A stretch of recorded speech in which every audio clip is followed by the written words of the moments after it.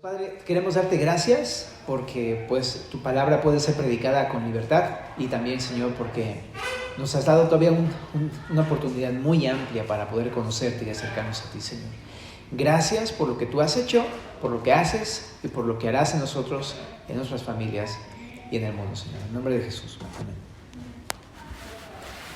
Bien, vamos a leer Jeremías 16. Dice así: Vino a mí palabra de Jehová diciendo: No tomarás para ti mujer, ni tendrás hijos ni hijas en este lugar, porque así ha dicho Jehová acerca de los hijos y de las hijas que nazcan en este lugar, de sus madres que los den a luz y de los padres que los engendren en esta tierra. De dolorosas enfermedades morirán, no serán plañidos ni enterrados, serán como estiércol sobre la faz de la tierra. Con espada y con hambre serán consumidos, y sus cuerpos servirán de comida a las aves de los cielos y a las bestias de la tierra. Porque así ha dicho Jehová: No entres en casa de luto, ni vayas a lamentar, ni los consueles, porque yo he quitado mi paz de este pueblo, dice Jehová, mi misericordia y mis piedades. Morirán en esta tierra grandes y pequeños, no se enterrarán, ni los plañirán, ni se rasgarán, ni se raerán los cabellos por ellos, ni partirán pan por ellos en el luto para consolarlos de sus muertos, ni les darán a beber vaso de consolaciones por su padre o por su madre. Asimismo, no entres en casa de banquete para sentarte con ellos a comer o a beber, porque así ha dicho Jehová de los ejércitos, Dios de Israel: He aquí que yo haré cesar en este lugar delante de vuestros ojos, y en vuestros días, toda voz de gozo y toda voz de alegría, y toda voz de esposo y toda voz de esposa. Y acontecerá que cuando anuncies a este pueblo todas estas cosas, te dirán ellos: ¿Por qué anuncia Jehová contra nosotros todo este mal tan grande? ¿Qué maldad es la nuestra? ¿O qué pecado es el nuestro que hemos cometido contra Jehová nuestro Dios? Entonces les dirás: Porque vuestros padres me dejaron, dice Jehová, y anduvieron en pos de dioses ajenos y los sirvieron, y ante ellos se postraron y me dejaron a mí y no guardaron mi ley. Y vosotros habéis hecho peor que vuestros padres, porque he aquí que vosotros camináis, cada uno tras la imaginación de su malvado corazón, no oyéndome a mí. Por tanto, yo os arrojaré de esta tierra, una tierra que ni vosotros ni vuestros padres habéis conocido, y allá serviréis a dioses ajenos de día y de noche, porque no os mostraré clemencia. No obstante, aquí vienen días, dice Jehová, en que no se dirá más: vive Jehová, que hizo subir a los hijos de Israel de tierra de Egipto, sino: vive Jehová, que hizo subir a los hijos de Israel de la tierra del norte y de todas las tierras a donde los había arrojado, y los volveré a su tierra, la cual di a sus padres. He aquí que yo envío muchos pescadores, dice Jehová, y los pescarán. Y después enviaré muchos cazadores y los cazarán por todo monte y por todo collado y por las cavernas de los peñascos, porque mis ojos están sobre todos sus caminos, los cuales no se me ocultaron, ni su maldad se esconde de la presencia de mis ojos. Pero primero pagaré al doble su iniquidad y su pecado, porque contaminaron mi tierra con los cadáveres de sus ídolos y de sus abominaciones llenaron mi heredad. Oh Jehová, fortaleza mía, fuerza mía y refugio mío en el tiempo de la aflicción. A ti vendrán naciones desde los extremos de la tierra y dirán: ciertamente mentira poseyeron nuestros padres, vanidad, y no hay en ellos provecho. ¿Hará acaso el hombre dioses para sí? Mas ellos no son dioses. Por tanto, he aquí, les enseñaré esta vez. Les haré conocer mi mano y mi poder, y sabrán que mi nombre es Jehová. Bueno, vamos a hacer una pequeña pausa, pero ahorita vamos a leer también el otro capítulo 17. Pero quisiera detenerme para explicar brevemente qué está sucediendo. Tú sabes que Jeremías es una serie de juicios hacia Israel, juicios inminentes porque el pueblo de Israel no se convirtió, propiamente dicho el pueblo de Judá, ¿verdad? Que es el pueblo del sur. Pero este capítulo comienza hablando de algo que Dios está haciendo en Jeremías muy interesante. Está hablándole cómo lo va a proteger en medio de la desolación que él piensa hacer hacia su pueblo de Judá. Y es algo que me parece muy interesante porque está hablando a Jeremías y le está diciendo: te voy a cuidar. Pero las formas en que va a cuidar a Jeremías no son maneras muy esperadas o a lo mejor muy fáciles de entender. Por ejemplo, le está diciendo: no te vas a casar y no vas a tener hijos y no vas a tener hijas en este lugar. ¿Estás de acuerdo que no es algo fácil? ¿No? Imagínate que vives soltero o eres soltero y que digan, no, el Señor, no te vas a casar, ¿no? De repente uno podría pensar, qué restrictivo, qué clase de Dios es este, que no quiere mi felicidad o algo así. Y uno podría pensar de Dios cosas mal cuando uno ve a Dios de esta forma, como un Dios restrictivo.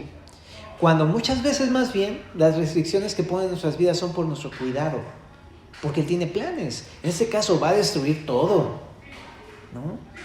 Y entonces por eso le está diciendo a Jeremías, no te vas a casar porque voy a destruir todo. Y lo está cuidando. Y también ves ahí la razón, ¿no? Va a destruir el lugar, las mamás, los papás, hasta los niños los va a destruir. Todo va a ser un gran juicio en contra de Judá, y por eso lo está cuidando. Y en el verso número 5 también le dice, ¿sabes qué, Jeremías? Ya conocí a Jeremías, que era el profeta llorón, ¿no? Y le dice, no entres en casa de luto, ni vayas a lamentar, ni los consueles, ¿no? Qué fuerte, ¿no? Pero no le está diciendo esto porque sea mala onda con las personas, y tampoco mala onda con Jeremías, sino porque aquí dice, ¿no? Porque va a ser un juicio. Él dice, yo he quitado mi paz de este pueblo, dice Jehová, mi misericordia y mis piedades. Yo he decidido este juicio. No tienes por qué consolarlos porque eso es lo que estoy permitiendo en este sitio. Yo he retirado mi misericordia. Como si Dios le dijera, si yo quisiera, pudiera yo consolarlos. Si yo quisiera, yo pudiera lamentar con ellos. Yo pudiera llorar con ellos, pero no lo voy a hacer. Y eso, de repente pueden ser palabras fuertes que escuchemos de Dios estas cosas, pero es que ellos se han portado muy mal, ¿no? Y Dios está emitiendo un juicio. Ahora, también dentro de esto, solamente como un comentario muy así, a grosso modo, es que está diciendo que no van a morir todos, grandes y pequeños, y no se enterrarán, ni plañirán, ni se rasgarán, ni se raerán los cabellos por ellos, ni partirán pan por ellos. Eran costumbres que se tenían en aquella época cuando alguien fallecía. Primero, cosas permitidas en el pueblo de Judá, como dar pan en los funerales, pero también cosas no permitidas como estas, ¿no? Lamentos, rasgarse, que habla acerca de autolaceraciones o incluso tatuajes, pero porque eran parte de la cultura de aquella época, no porque esté necesariamente pecaminoso una práctica de este tipo, sino porque en aquel tiempo se ocupaban simplemente para luto, ¿no? De alguna forma, algunas personas que adoraban a Baal o algunos ídolos lo hacían para ese tipo de fines, pero también en los funerales se ocupaba como una señal de luto. Entonces, lo que está enfocándose más bien, o el uso que está usando en esto es, en pocas palabras, no voy a permitir que hagan luto por sus muertos. Ese es el significado de esto, ¿ok? También dice ahí, no se van a raer los cabellos por ellos. O sea, eso. No voy a permitir un luto, ni siquiera va a ser tan severa el juicio que no voy a permitir ni siquiera que haya un luto por los muertos. Y eso, grandes y pequeños. Qué fuerte, ¿no? Dios tiene la soberanía sobre estas cosas, ¿no? Y también en el verso 8 también le dice a Jeremías una tercera instrucción: no entres en casa de banquete para sentarse con ellos a comer o a beber. Entonces, también es lo mismo que dice, ¿no? No compartas comunión con ellos, ¿no? Aléjate de ellos. Entonces, en todas estas cosas vemos que Dios está cuidando a Jeremías. Y del verso número 10 hasta el verso número 18 de lo que leímos, lo que vemos ahora le muestra a Jeremías y al pueblo la gravedad de su pecado. Y lo que le dice, los voy a juzgar porque fueron peores que sus padres. Sus padres hicieron lo malo, ¿no? Le hace, pues, Samuel, Reyes, es más, desde Génesis, ¿no? Hicieron lo malo, pero ustedes hicieron peor que ellos. ¿Por qué? Dice en el verso 12, porque caminaron cada uno tras la imaginación de su malvado corazón. Significa en su propia prudencia, significa en sus propios caminos sin Dios, significa internamente hicieron lo malo, voluntariamente, desde el corazón, ellos mismos maquinaron el mal, anduvieron tras sus propias maldades, ¿no? Ahorita vamos a profundizar un poco acerca de esta palabra corazón. Pero vemos cómo andar en su propio corazón para Dios fue mucho más grave de lo que hicieron sus padres, ¿no? Seguir sus propios consejos, vivir de acuerdo a sus propios estándares, etc. Fue mucho peor que lo que hicieron sus papás, ¿no? Y también ahí en el verso 12 agrega, oyeron su propio corazón, pero no me oyeron a mí. Y eso también fue de mucha gravedad para el Señor. Dentro de todo este juicio tan fuerte que está estableciendo Dios con su pueblo Judá, les dice del verso número 14 al verso número 15, pero ¿sabes qué? Te voy a entregar, pero después, con todo lo que voy a hacer, voy a volverlos a traer a su tierra, de la cual los arrojé. O sea, entre todo pinta esto, ¿no? Voy a disciplinarlos, voy a hacer un juicio, pero no los voy a abandonar, siguen siendo mi pueblo, ¿no? Y los voy a traer de vuelta. Está hablando del regreso de la cautividad babilónica, ¿no? En la época de Esdras, Nehemías, ¿no? Muy bien. Y un dato interesante que me pareció aquí es en el verso número 17. Mis ojos están sobre todos sus caminos. Lo que está enfatizando este versículo es que, aunque a lo mejor a la vista de los demás ellos no habían hecho cosas tan graves, Dios vio todos sus caminos. Se refiere a sus formas de vida, a sus estilos de vida, a las prácticas que hicieron. Dios vio absolutamente todo. Y el capítulo termina con una oración de Jeremías diciéndole a Dios, Dios, tú eres mi fortaleza, tú eres el que me da fuerzas, tú eres mi refugio. Y lo que está diciendo, con todo esto que vas a hacer, toda nación se va a arrepentir. Y está increíble lo que está diciendo Jeremías, porque aunque es una oración, también a la vez es una profecía. Esto nos lleva mucho a lo que más adelante Pablo cita en Romanos capítulo número 11, donde habla de que debido a que el pueblo de Israel le dio la espalda a Dios, Dios le abrió la puerta a los gentiles. Y todos los gentiles, viendo lo que Dios hacía con su pueblo, venían al Señor y se arrepentían. Pero también más adelante muestra que por la misericordia mostrada a los gentiles, Dios también recibiría de vuelta a su pueblo. Y esto apunta a un arrepentimiento futuro del pueblo de Judá. Porque el día de hoy todavía no se arrepiente como pueblo. Y no cree en el Mesías, pero en un punto va a volver a creer en el Mesías, ¿no? Entonces, bueno, es el capítulo número 16, ¿no? Estamos solamente explicando brevemente a qué se refiere todo el capítulo. En el capítulo 17 continúa la exhortación hacia el pueblo. Entonces vamos al verso número 1. Dice, el pecado de Judá escrito está con cincel de hierro y con punta de diamante. Esculpido está en la tabla ¿de qué? De su corazón y en los cuernos de sus altares. Mientras sus hijos se acuerdan de sus altares y de sus imágenes de acera que están junto a los árboles frondosos y en los collados altos, sobre las montañas y sobre el campo.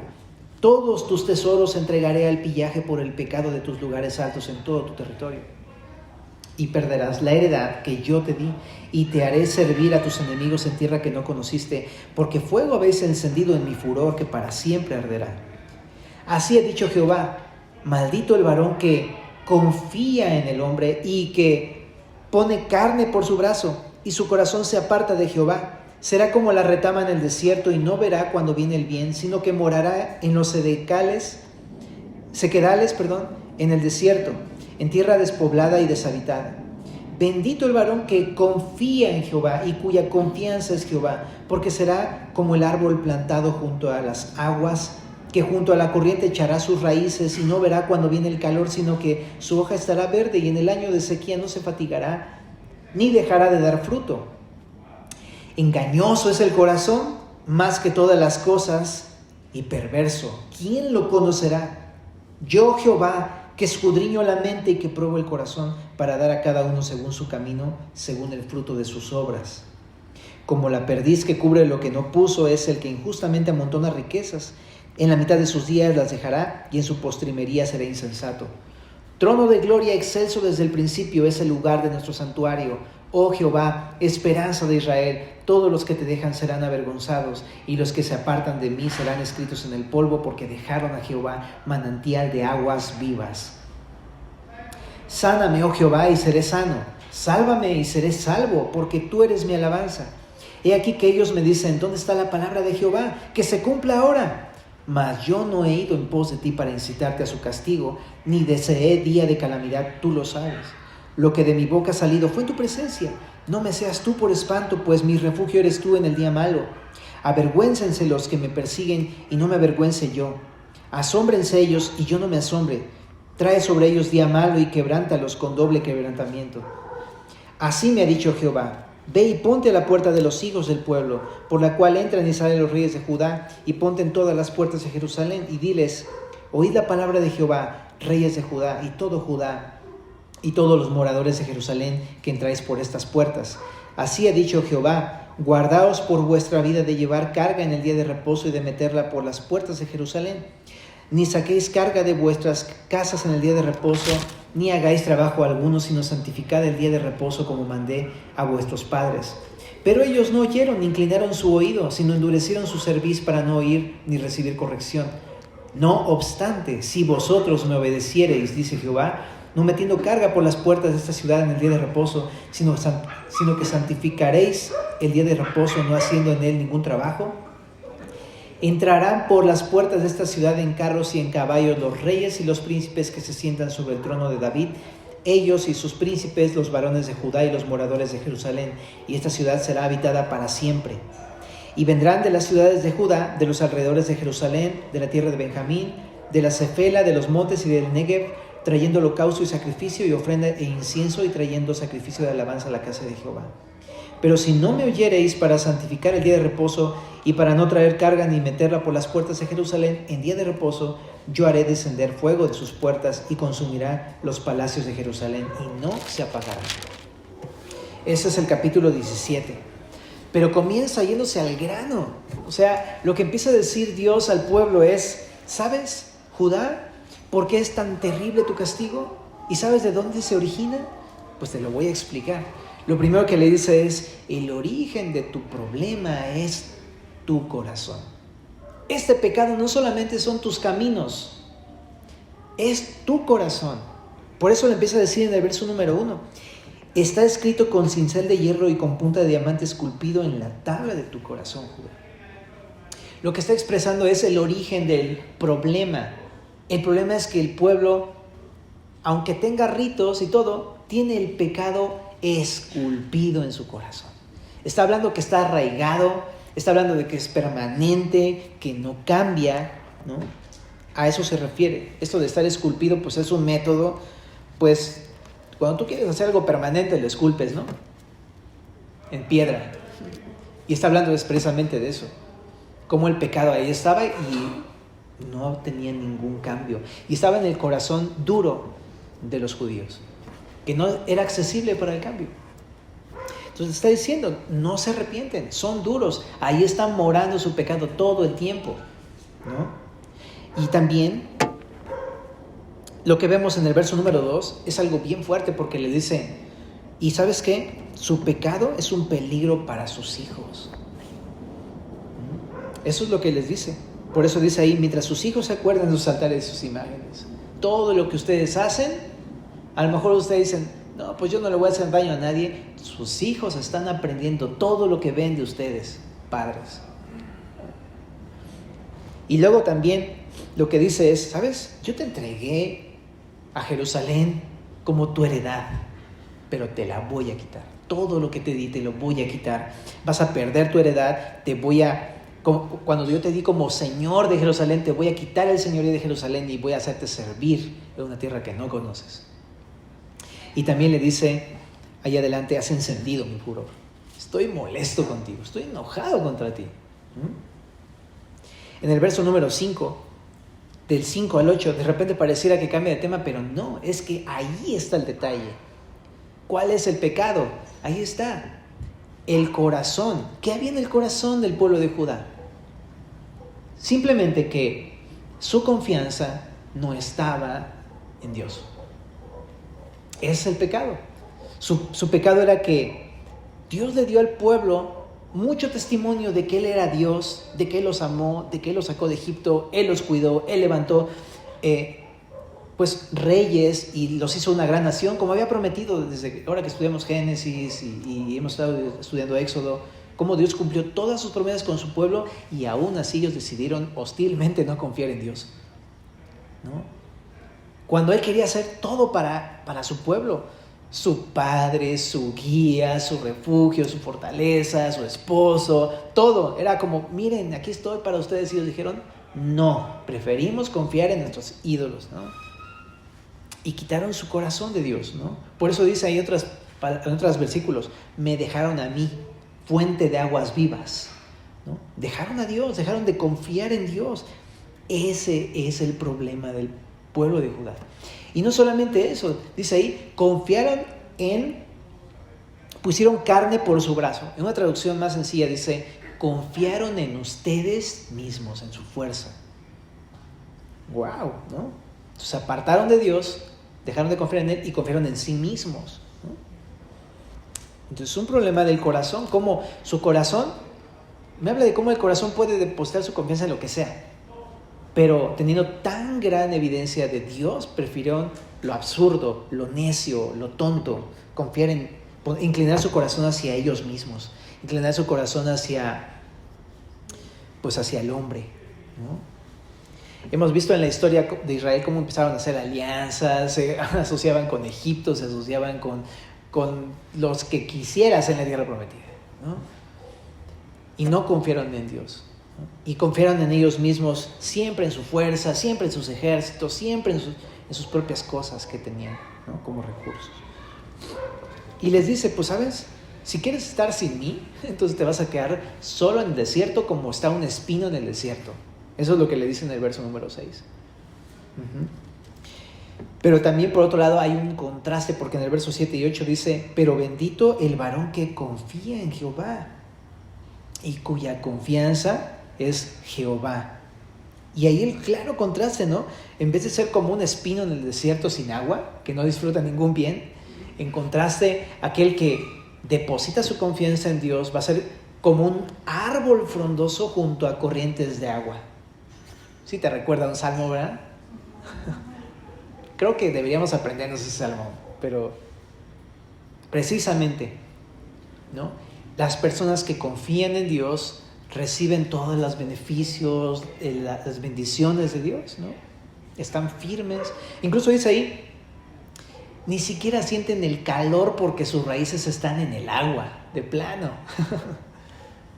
Así es una persona que confía en el Señor, ¿verdad? Cuando vienen las pruebas, a lo mejor están muy fuertes, pero dice ahí, pero cuando viene el calor, su hoja está verde, no se fatiga, no deja de dar fruto, porque está con las raíces en el agua, en la fuente.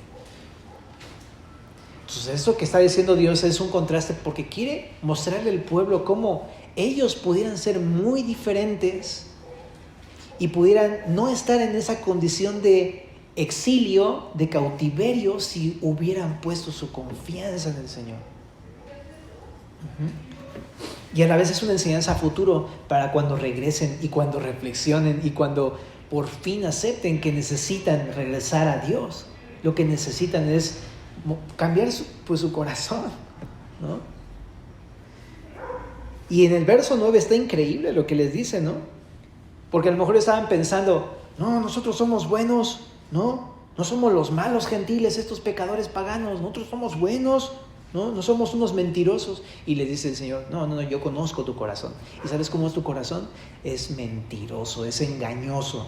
Ese es tu corazón más que todas las cosas, y perverso. Tú piensas, Judá, que tu corazón es bueno, pero no, eres engañoso y perverso. Más que todas las cosas, ¿no? Órale, está diciendo lo que Dios ve, ¿no? Lo que Dios ve es algo muy distinto a lo que ellos quizá veían. Dios ve el corazón. Y se pregunta el texto, ¿no? Bueno, Dios les pregunta, ¿quién lo conocerá? O sea, ¿quién va a conocer su propia maldad? ¿Estás de acuerdo que de repente pensamos a lo mejor, no, pues yo soy buena onda, ¿no? Buena persona. A lo mejor uno podría llegar a reconocer, no, pues sí soy malo. Pero no sabe uno qué tan perverso y qué tan malo es. Y dice, ¿quién va a conocer su propio corazón? Dios lo hace. Y lo que Dios ve, dice ahí, yo escudriño la mente y pruebo el corazón para darle a cada uno según su camino, según el fruto de su obra. Lo que está diciendo al pueblo de Judá es: yo conozco todo. Yo veo todo, sus caminos, pero no solamente sus caminos, dentro de ustedes sus propios pensamientos, sus propias maquinaciones, sus propias ideas, sus propias cavilaciones, sus imaginaciones. Todo lo veo, eso yo todo lo escudriño. Y en el verso número 11, lo único, empieza a cambiar un poquito el sentido, porque lo que empieza a ver es una oración de Jeremías. Lo que empieza a reconocer Jeremías en su oración es que sí, definitivamente, Dios ve todas las injusticias y cómo ellos han amontonado riquezas y han vivido de una manera muy injusta, ¿no? Pero lo que muestra Jeremías en esta oración es su confianza en Dios. Lo que está expresándole: sí, el pueblo se ha desviado, pero Dios, tú tienes mi corazón. Y por eso empieza a decirle un chorro de frases, ¿no? Primero empieza a adorar a Dios y decirle: pero Señor, mientras ellos acumulan sus riquezas y hacen sus cosas ahí, Señor, nosotros aclamamos: trono de gloria, excelso desde el principio, es el lugar de tu santuario, oh Jehová, esperanza de Israel. Lo que está haciendo es adorando a Dios. Es lo que está haciendo el contraste, está diciéndole: ellos confían en eso, pero yo confío en ti, Dios, y te adoro y te reconozco. Y también expresa su confianza en el 13, claramente le dice: tú eres mi esperanza, Dios, y eres la esperanza de Israel. También le pide cosas a Dios, y ahí a través de eso también se ve cómo él confía en Dios, en que él va a hacer su obra en Jeremías, y le dice: sáname. Una traducción más clara dice: sáname y seré verdaderamente sano, sálvame y seré verdaderamente salvo. ¿En quién está confiando Jeremías? En Dios, que Él es el autor de la salvación y el autor de la sanación. Y dice: tú eres mi alabanza. O sea, el motivo de mi alabanza, el propósito de mi alabanza eres tú, Dios. Confío en ti. Y también adelante le dice: por favor, no me castigues a mí, no me aterres tú. Si puedes darte cuenta, el temor de Jeremías, ¿quién es? Dios. Él tiene temor de Dios. No tiene temor de los babilonios, tiene temor de Dios. No tiene temor de la consecuencia o del castigo, tiene temor de Dios. Ese es el temor de Jeremías. Y su petición es: por favor, líbrame de la vergüenza y del desánimo, ¿no? Dame más bien aliento a mí, anímame a mí, Dios, ayúdame. Y Dios le contesta y le dice al final: ¿sabes qué? Dile al pueblo que regrese a mí. Se lo expresa a través de este mandato de guardar el sábado, ¿no? ¿Cuál es el propósito del sábado? El propósito del sábado es que el pueblo descansara de sus obras para buscar a Dios. Entonces no es que esté instituyendo el sábado necesariamente como una doctrina, ¿no?, para los cristianos, sino que lo que está diciendo es al pueblo de Judá es: ¿te acuerdas cuando me buscabas? Cuando tenías puesta tu confianza en mí, quiero que regreses a eso. Quiero que dejes de hacer tantas cosas para buscarme a mí. Y está increíble. Eso se lo va a decir al pueblo. Bueno, y al final simplemente les dice: algunos no van a oír, unos sí van a oír, pero los que escuchen van a regresar del cautiverio y los voy a hacer entrar en las puertas de Jerusalén y van a habitar a Jerusalén. Recién estábamos leyendo algunos amigos y yo Nehemías capítulo número 7, y eso se cumple en Nehemías 7:73, donde el pueblo al final del cautiverio llegan y entran a habitar dentro del pueblo de Jerusalén. Y hay una lista de personas. Híjole, yo quiero estar en esa lista, ¿no?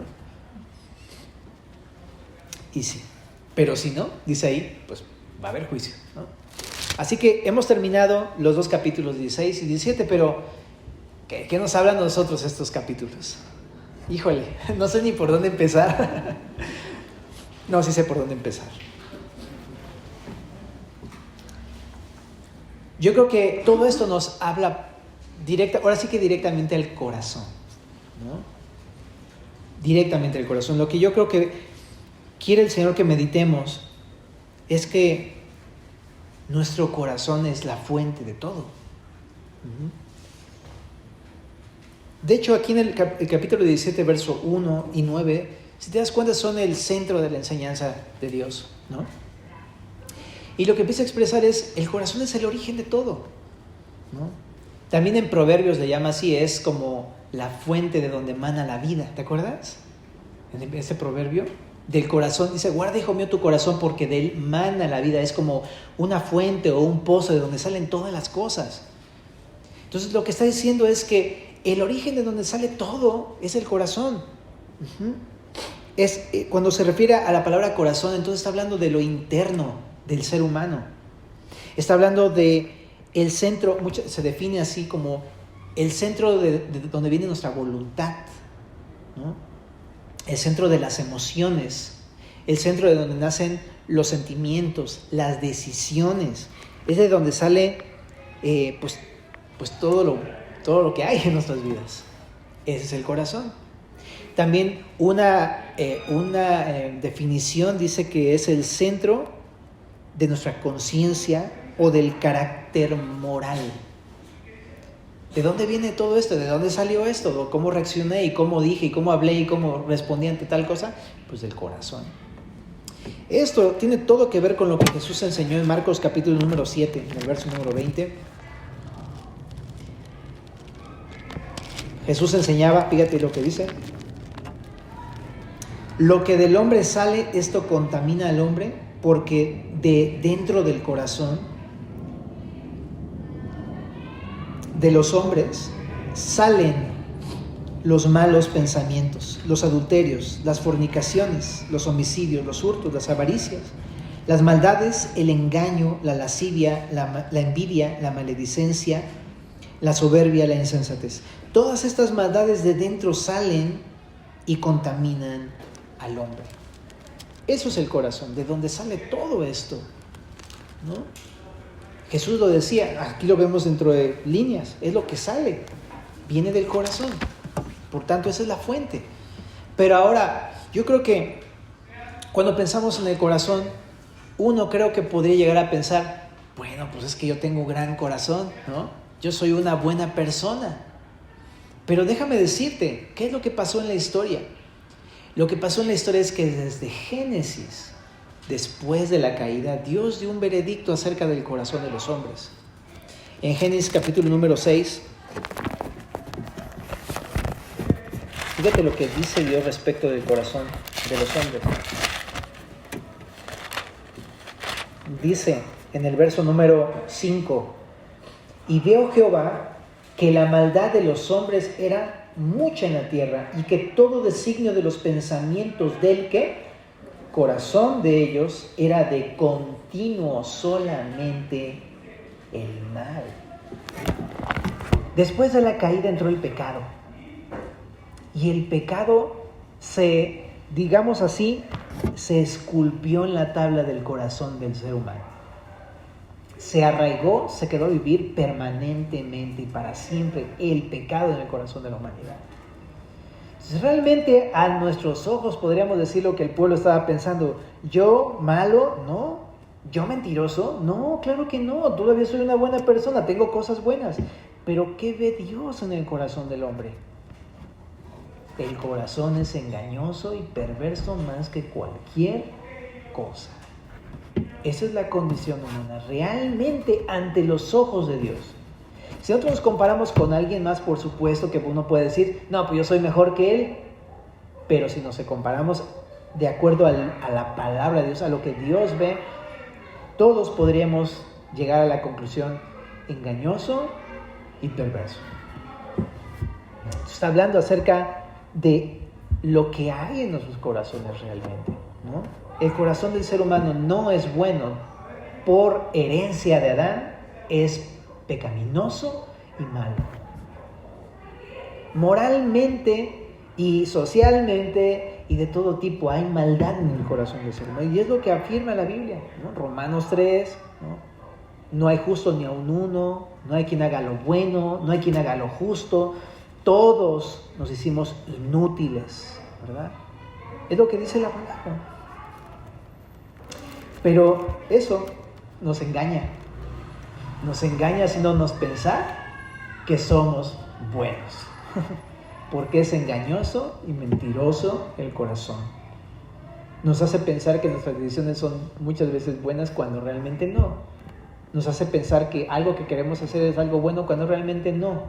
Nos hace pensar que nuestros deseos son buenos cuando realmente no son buenos deseos. Y así, ¿no? Entonces así es el corazón. Y Dios lo mira, que es lo peor. Porque si no lo viera nadie, pues ahora sí que pues, no hay problema. Pero si algo te expone en la luz y te das cuenta de lo que realmente eres, ahí está feo.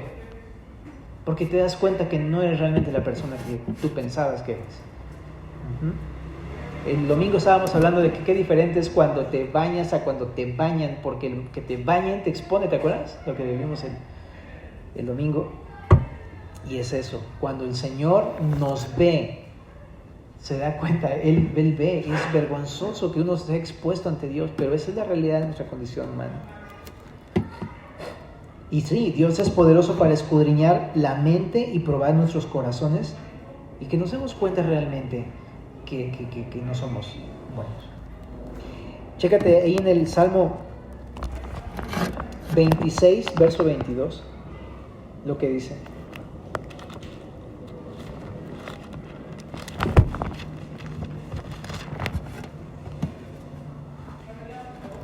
Salmo 26, verso 22 dice... No es 22, ¿verdad? Es...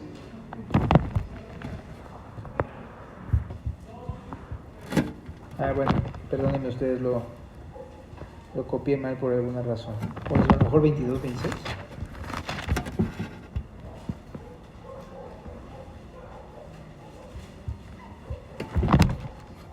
Bueno, no, lo perdí por alguna razón. Pero bueno, el punto es que Dios escudriña el corazón, Dios escudriña la mente, Él puede ver hacia dentro del corazón. Bueno, pero en base a esto entonces la pregunta es, bueno, entonces, si Dios ve que todos somos así y que en el corazón del hombre está esto, ¿sí es? Sí, es 22, 26. Bueno, ahí se los encargo. Pero el punto está en que, entonces, ¿qué puedo hacer al respecto? ¿Sabes? Me encanta lo que dice la palabra. ¿Qué es lo que podemos hacer ante esta situación tan fuerte, tan dura, tan confrontante, tan real en nuestras vidas? Déjame ir a Ezequiel capítulo número 36. Y dice en el verso 26: os daré corazón nuevo y pondré espíritu nuevo dentro de vosotros y quitaré de vuestra carne el corazón de piedra y os daré un corazón de carne. Y pondré dentro de vosotros mi espíritu y haré que andéis en mis estatutos y guardéis mis preceptos y los pongáis por obra. Quisiera solamente leer esa porción, pero hay mucho que estudiar de Ezequiel 36. Pero lo que sí veo es que el corazón entonces es irreparable. O sea, esa condición que tenemos humana y caída no se puede parchar, maquillar o así como nada más echarle una chuleadita. Necesitamos un cambio de corazón. Por eso que el cristianismo no habla de solamente un cambio de conducta, ¿no? De transformarte y ya, no. Habla de un nuevo corazón completamente. Un corazón que no tenga la naturaleza heredada de Adán, de pecado. Un nuevo corazón que sea conforme al corazón de Dios. Porque el único que podría tener algo bueno en sí mismo, de donde brotaran buenas cosas, es Dios. Es el corazón de Dios. Es como si nos dijera, yo te puedo quitar tu corazón y tu naturaleza para ponerte el corazón de Dios. Y entonces sí, de tu vida van a poder brotar cosas buenas porque es el corazón de Dios habitando en tu vida. Y eso es lo que propone Dios. Le dice a su pueblo, ustedes tienen un corazón irreparable, pero yo les voy a dar un nuevo corazón. Habla de una nueva vida, de una nueva identidad, de una nueva personalidad, todo nuevo, ¿no? Y eso es lo que necesitamos nosotros, precisamente. Si una persona se da cuenta su condición pecadora, lo que necesita es un nuevo corazón. Si uno no puede dejar de hacer lo malo, lo que uno necesita no es una chuleadita, no es nada más una maquillada, necesita un nuevo corazón. Ahora también me gusta mucho porque creo que lo entendemos muy claramente en el Nuevo Testamento. ¿Cuál es la forma en que Dios nos da un nuevo corazón? ¿Te acuerdas? ¿No? Segunda de Corintios 5:17. De modo que si alguno está en Cristo, nueva criatura es. Las cosas viejas pasaron, aquí todas son hechas nuevas, ¿no? También en Juan 1:12, ¿no? A los que me recibieron, ¿no? A los que le recibieron, a los que creen en su nombre, les ha dado la potestad de ser hechos hijos de Dios. Y hay muchos pasajes que hablan del nuevo nacimiento, pero podemos concluir lo siguiente: para tener un nuevo corazón es indispensable poner tu confianza solamente en Dios, en Cristo, en que Él vino, se volvió como uno de nosotros, murió por nuestros pecados y resucitó al tercer día. Es el Evangelio de Jesucristo. Y entonces Dios nos hace nuevas personas y nos da un nuevo corazón y una nueva vida. Me encanta de veras, ¿verdad? Porque ni siquiera es una obra de nosotros, es una obra de Dios, ¿no? Por eso dice, yo les voy a dar un nuevo corazón. Y eso también habla de que nosotros no podemos hacerlo, es una obra de Dios. Nosotros podemos hacer algo al respecto. En el Salmo 51 nos dice quizá lo único que podemos hacer para salir de esta condición tan trágica. Lo mismo que hizo David, fíjate lo que le dice en el verso número 10. Crea en mí, oh Dios, un corazón limpio y renueva un espíritu recto dentro de mí. Lo único que puedo hacer al respecto es pedirse. Pero no sé si decir lo único, pero lo mejor que puedo hacer. Simplemente pídeselo a Dios, ¿no? O sea, lo que quiero decir es que si estás viniendo y todavía no te conviertes a Cristo, pídele que te regale un nuevo corazón. Si toda tu vida está podrida moralmente en tu corazón y en tu interior, todo está mal, le puedes pedir a Dios esto y Él te lo puede conceder. Que te regale un nuevo corazón, que ame como Cristo, que pueda obedecer sus mandatos, que pueda ser sensible a su palabra, que pueda amar a los demás, que le pueda servir a los demás. Pídeselo.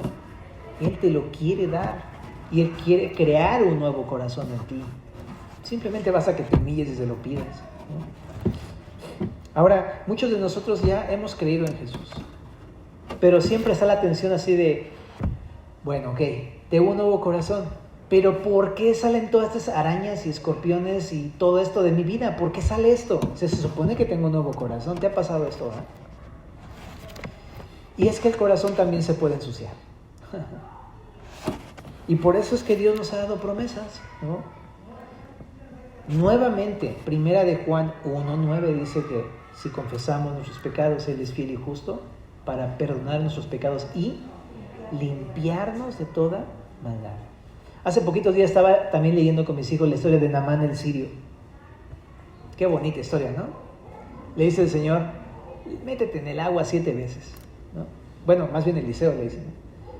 Y él va y todo enojado porque no había salido Eliseo a verlo, pero va y se mete en el agua y se humilla y su piel quedó como nueva, ¿no? Como la de un recién nacido, y se curó de su lepra. Lo que quiero decir es simplemente venir al Señor. Podemos pedirle al Señor nosotros también confesar nuestros pecados, dejarnos ser lavados y expuestos por Jesucristo, ante Jesucristo, y que Él nos limpie con su palabra, confiar en sus métodos, confesar nuestro pecado, arrepentir de nuestro pecado. Yo también podría citar el Salmo 51 para mí, ¿no? Que creo en Cristo. Decirle al Señor, ya la volví a regar, Señor, ten piedad de mí conforme a tu misericordia, conforme a la multitud de tus piedades, borra mis rebeliones otra vez. Lávame más y más de mi maldad y límpiame de mi pecado, porque yo reconozco mis rebeliones y mis pecados. Siempre delante de mí, contra ti he pecado y he hecho lo malo delante de tus ojos. Y crea en mí un corazón limpio, oh Dios, y renueva un espíritu recto dentro de mí, ¿no? Yo también le podría decir esto al Señor. Y si le pedimos perdón al Señor, Él lo hace. ¿No te encanta eso? Que el Señor, cada vez que vienes a pedirle perdón, te perdona y te limpia de toda maldad. Y no limpia lo externo, limpia el pozo, la fuente, de donde nacen todas estas cosas que luego salen, ¿no? Me encanta eso porque quiero decirte una cosa. Si tú estás viendo un fruto malo en tu vida, Muchas veces tratamos de tapar el pozo, ¿no? Pero no necesitamos tapar el pozo, ni ponerle una maceta encima para que parezca que no hay nada malo por ahí, ¿no? Disimular. Lo que necesitamos es que Dios limpie lo de adentro, es una obra de Dios. No hay otro método, es la confesión, es venir al Señor, es depositar mi confianza en Cristo. Es que vengamos al Señor, ¿no? El Señor nos recuerda a través de esto cómo quiere perdonar nuestro pecado. Ahora, otra cosa también que vemos en entonces, digámoslo así, no pongamos excusas. El origen de mi pecado no es mi esposa, mi pecado no son mis hijos, no son ellos los culpables, es mi culpa, es mi pecado y sale de mi corazón. No fueron las circunstancias, es lo que te enseña la psicología o te enseña el humanismo o lo que sea. El responsable es mi propio corazón perverso, ¿no? Es otra cosa que nos enseña. Otra cosa que nos enseña es que si nosotros no le hacemos caso al Señor, vienen muchas cosas muy complicadas en nuestra vida. Viene la disciplina. No es que Dios nos deje, pero viene la disciplina. Pero si nos arrepentimos puede traer la vuelta también, ¿no? Pero dice en el verso 5, ¿no? Maldito el varón que confía en el hombre. Maldito el varón que pone carne por su brazo, ¿no? O sea, no hay cosa peor. Híjole, es que está fuerte esto, pero lo que el Señor quiere, entonces, te lo quiero decir así simple. Confía en el Señor. No te alejes del Señor. El pecado te aleja del Señor. No te alejes. Vuelve a depositar tu confianza en el Señor, ¿no? El pecado de este pueblo fue que su corazón, terco y necio, simplemente se desvió del Señor. No confió en Dios. Confió en el hombre y confió en sí mismo. No confíes en ti mismo. Tú no te puedes limpiar a ti mismo, ¿no? Y tampoco una persona te puede limpiar. Dios es el único que te puede limpiar. Ven al Señor para que Él te limpie tu pecado. Pero también, ¿no? Habla de cómo hay como que darse cuenta que el pecado de no confiar en Dios y en sus métodos es realmente grave. En el verso número 10 también vimos eso. Fue peor que el pecado de sus padres. Y el pecado de no confiar en Dios es mucho peor, ¿verdad? Así es que simplemente consideramos esto, ¿no? Bueno, pues, pero también, para terminar, hay muchas bendiciones por confiar en el Señor. Hay muchas bendiciones, de veras.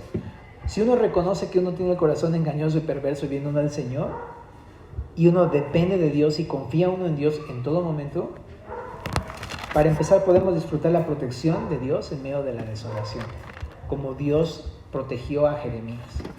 Eso lo podemos ver. Y hermano, tú dices, pero ¿cómo que protección si me está diciendo que no me voy a casar? ¿Qué clase de protección es esa? Pues esa es la protección de Dios, porque muchas veces no son la manera en cómo te protege, no es la manera que a ti y a mí me protegería, o yo pensaría que sería la adecuada, pero Dios te está protegiendo. Entonces, no va a ser de acuerdo a lo que tú pienses o tú creas, sino de acuerdo a lo que Dios piense que es mejor. Pero definitivamente que puedes disfrutar de la protección del Señor si estás confiando en Él, ¿no? También una de las cosas que puedes esperar si confías en el Señor es que te va a usar como a Jeremías, anunciando a todos los demás lo que Dios iba a hacer. Dios te va a usar. ¿Qué más puedes esperar? En el verso número 19, que Dios sea tu fortaleza, el que te dé fuerzas. Puedes esperar eso, puedes esperar un refugio en Dios. ¿Qué más puedes esperar? Puedes esperar también el verso 7 y 8 del capítulo 17, ¿no? Ser como un árbol plantado junto a las aguas, que junto a las corrientes echará sus raíces y no verá cuando viene el calor, ¿no? Firmeza, fortaleza, que puedes esperar la ayuda de Dios, ¿no? Todo el tiempo está refrescado por Dios, la compañía de Dios. Eso puedes esperar. ¿Qué más? Dar fruto siempre y nunca secarte en tu vida, ¿no? En el verso 13 también puedes esperar tener esperanza, ¿no? En Dios, en que Dios te va a rescatar, en que Dios va a hacer algo. Puedes esperar que Dios escuche tus oraciones, tus peticiones. Como le decía Jeremías, sáname, sálvame, pues puedes esperar esas respuestas. Puedes esperar también que el Señor te vea con paz en tu vida. Por eso Jeremías le decía, no me seas por espanto, tú eres mi refugio. Pues puedes esperar esto, que no esté contra ti, que tengas la paz de Dios. También puedes esperar el aliento de parte del Señor y el no ser avergonzado, sino el ser exaltado y honrado, ¿no? También puedes esperar el descanso que el Señor da. Pero todo esto es creo que para concluir es como, pues entonces busquemos a Dios, ¿no? Podemos confiar en el Señor.